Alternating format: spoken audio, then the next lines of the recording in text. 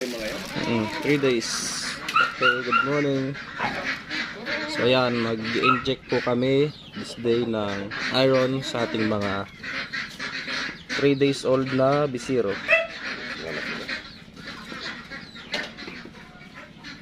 Bale, tag po 0.5 ml sila.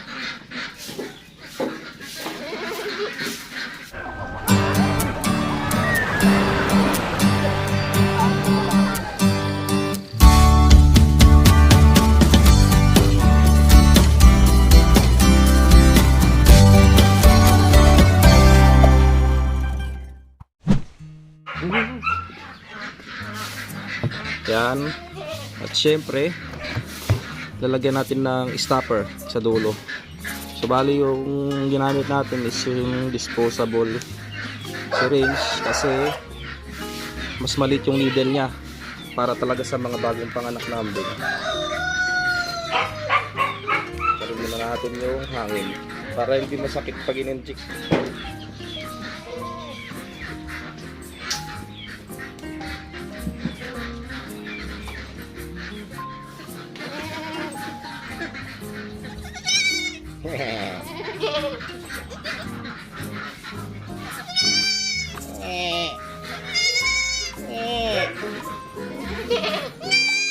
Kaliit lang. Malayong legs ni ano nun ni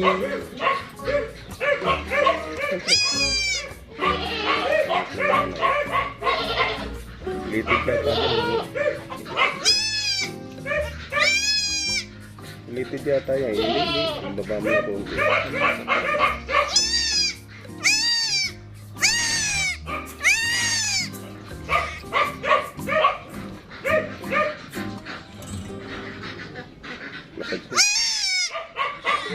Iyak siya.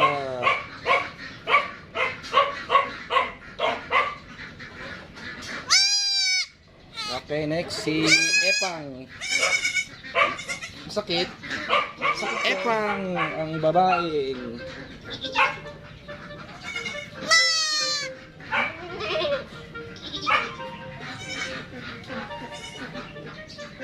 Ayan pa rin yung colostrum din sa ano niya.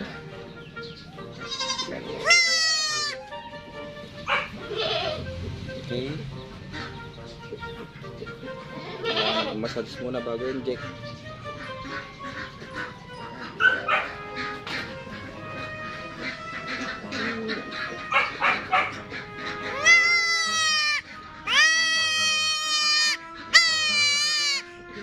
Si Epang na-inject na ang haba ng tenga, oh. Mukhang lahi nga talaga ni tenga to, ah. Oh, bagsak yung tenga. Si Epang, tapos yung kulay niyang ganda, oh, chocolate. Si Aping, sana si Aping? Aping, ayun si Aping, oh. Naihi si Aping. Ito yung mama nila. Aping!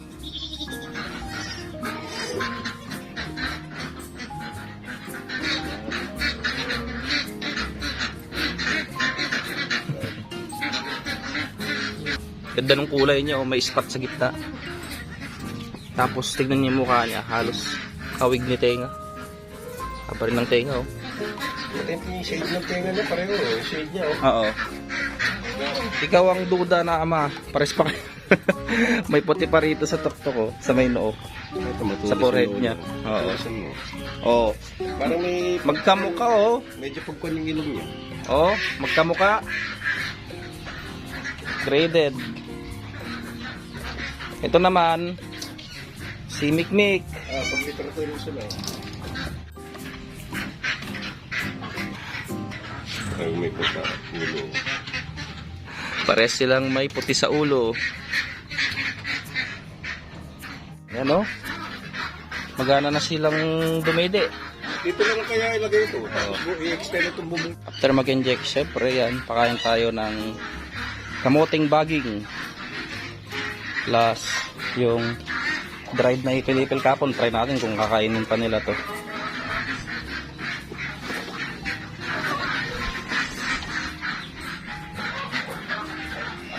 Tingnan nyo po yung native tsaka si Mikmik, oh. Halos magkasing tangkad na.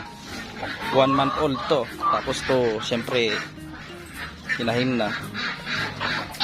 Size comparison, no? Oh, laki nitong mga bower talaga, oh. Oh.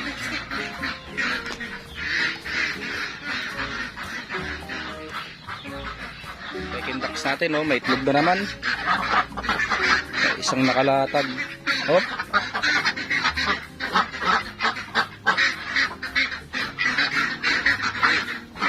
Sa kabila.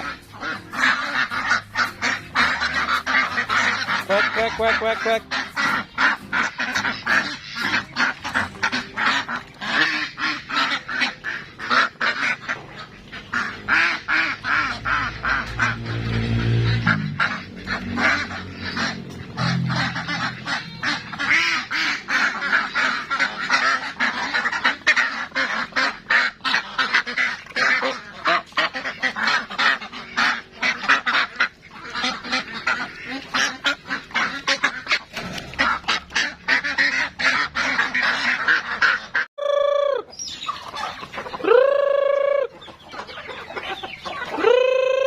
Sige, lapit.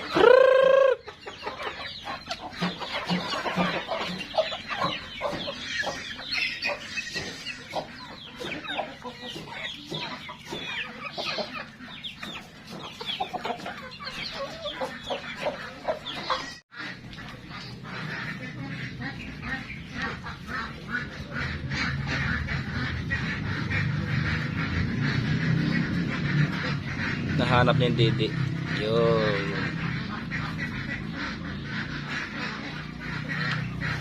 Baliktad ka, boy. Dito ka sa harapan.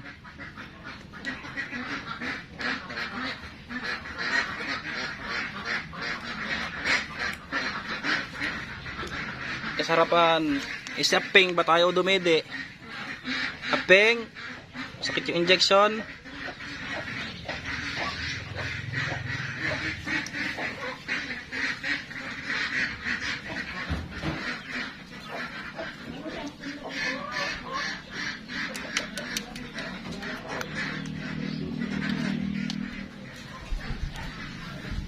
May mga ampon siya. 3 ang ampon niya. Yan. Hindi niya po anak lahat yan. Dami. Parang baboy na tong datingan niya, oh. 1, 2, 3, 4, 5. Tapos yung ampon 3.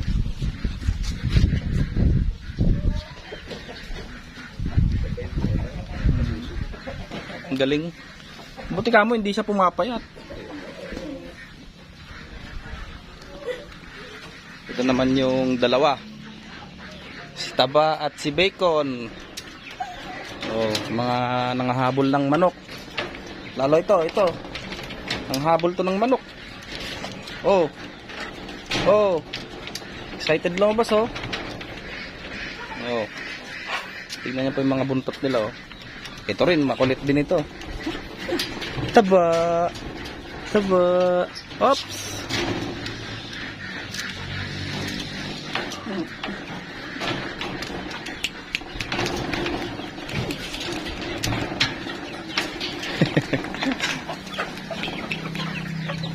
May mga manok, oh.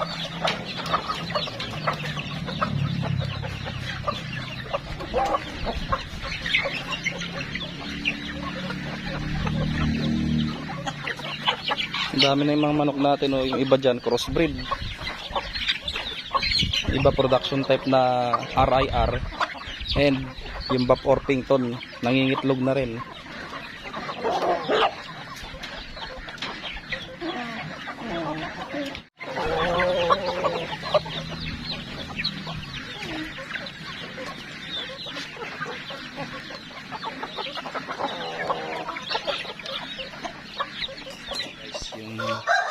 Mga pangtanim natin, may sili, talong na pang torta, and yung talong na marami raw bunga. Ayan, so ang bili natin dito is stress isa, and 10 AM in the morning, so dapat hapon natin itatanim. Yun nga lang, alis na ako mamaya, so ngayon na lang itatanim sa likod. Ayan, tanim natin sa likod. Okay, so tatanim na namin tong mga talong at sili. Medyo late na kaming nakapagtanim dahil nga kanina marami tayong inasikaso. So pinapalinisan natin nung isang araw dito sa likod. Ayan, nilinihan natin ng 3. Dito sa part na to may papaya, tapos dito yung sili at talong.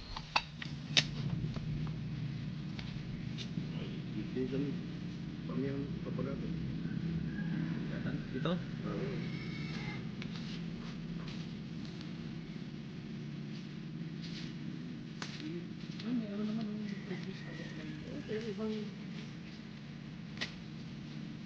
Takot ba rito yun?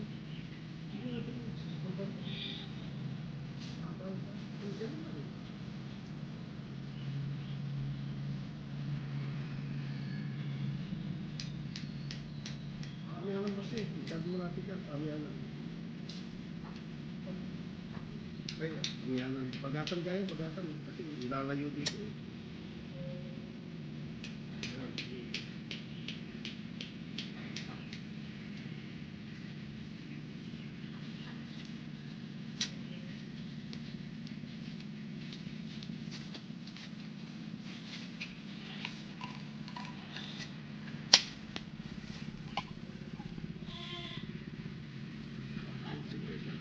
Yan.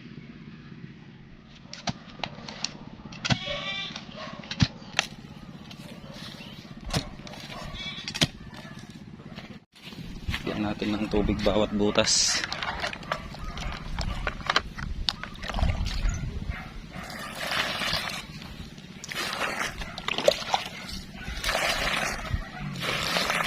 Para moist.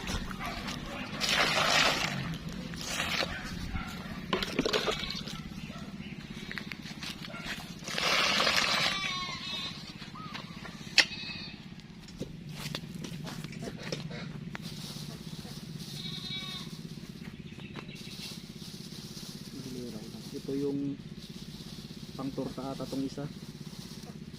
15 ata to eh. 36. 15 na, 15 na piraso.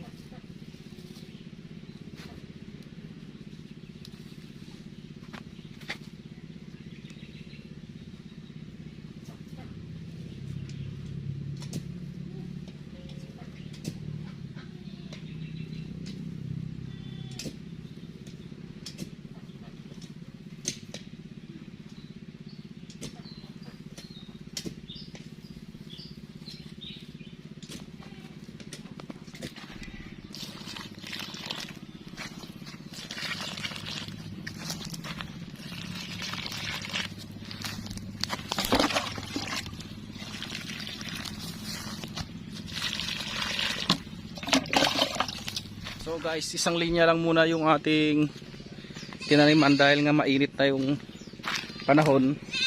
Tulad nga nung sabi natin kanina, late tayong nakapagtanim, mainit. Baka malanta lang yung itatanim natin. So ayan, isang linya. Nandoon sa dulo. Bale, ang ilalagay natin is tag 15 na puno.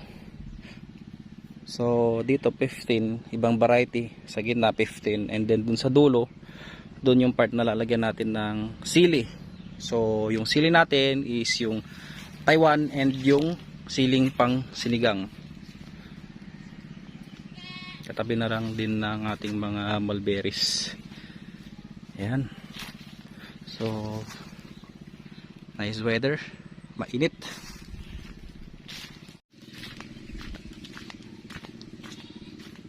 So guys, titingin naman tayo ngayon ng mangga. Dahil marami raw bunga dito sa gilid ditong Indian mango natin. Silipin natin. At para maiuwi tayo sa Manila.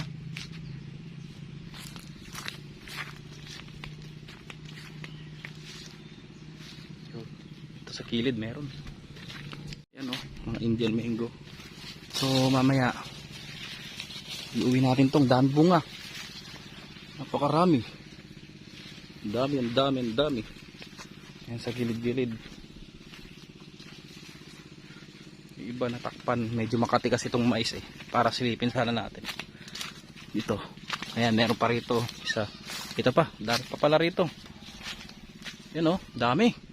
Ito pa, ang dami. Oh, ang dami. Ang dami mga tropa. Yan sila. Doon pa sa tuktok. Dami. Daming bunga.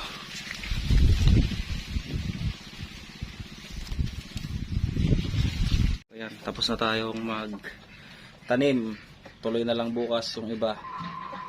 Ayan dyan, meron na ring rice hull na nailagay dito sa ating kulungan ng kambing. Kinakalay kayo ng mga manok ko. Ang hinahanap nila dyan is yung mga insekto. Unti-unti nilang kinakalay kayo.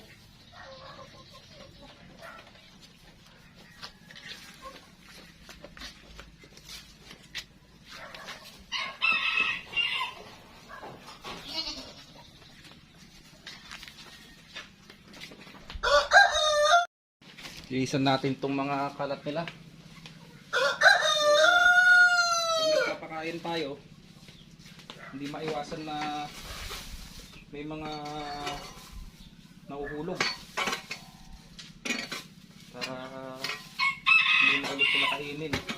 Kasi yung mga nalaglag niyan, minsan kinakain pa rin nila. Kaya naapakapakan ng mga manok. So madumi.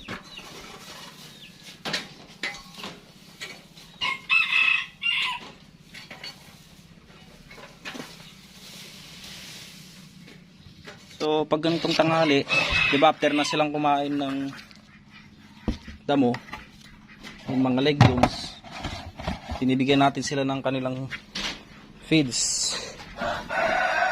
Ayan, so alagang rumsol.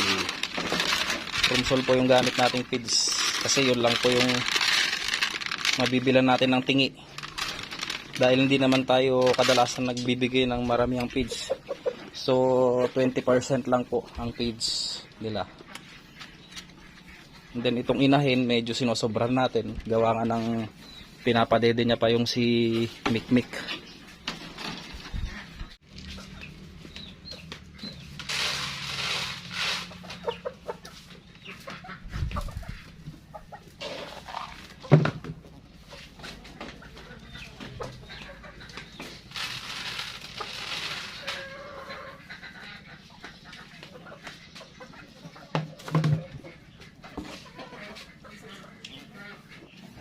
Yan.